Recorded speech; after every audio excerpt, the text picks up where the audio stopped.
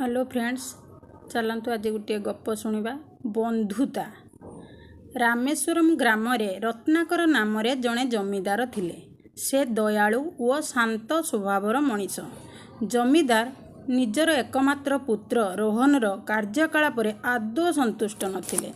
सांगसाथी सहित खिया पिया बुलाबुली रे रोहनर पूरा दिन बीती जाउथिला। अनेक समय रोहन बंधुंक घरे रात्रि जापन करुला। बंधु मानंकु घड़िए न देखिले पागलंक परी आचरण करुला। घर खाद्य ताकू आग परी रुचु नथिला। मौज मजलिस रे दिन काटिबा धीरे धीरे रोहनर अभ्यास रे परिणत होईगला। से दिनक पाई घर दायित्व नेउ नथिला कि पितामातांकु कामरे केबे साहाय्य सहयोग करू नथिला।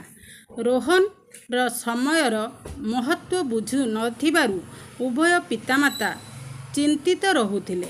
अनेक प्रकार बुझेइला परे भी तार स्वभाव रे सामान्य भी परिवर्तन हेउ नथाए।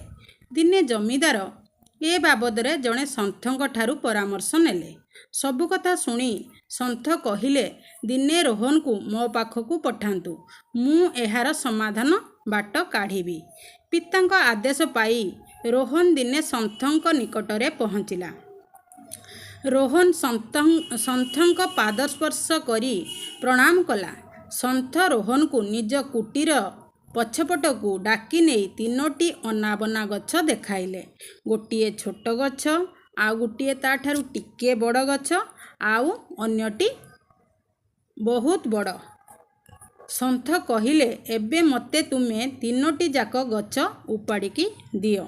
रोहन संगे संगे छोट गछटी को उपाड़ी देला।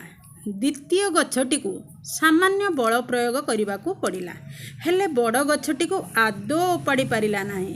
संथ कहिले, शेष गछटी को उपाड़ी पारिलनी कारण माटी और गछर बंधुता तुम बल ठारू अधिक शक्त थिला। मनीष समाज रे भी बंधुतार दृढ़ता अविकल माटी और गछ परी। जीवन रे बंधुतार आवश्यकता तो रही, हेले बंधुता आढ़ुआल रे निजर कर्तव्य को एड़ाई देवा आदौ ग्रहणीय नुहे।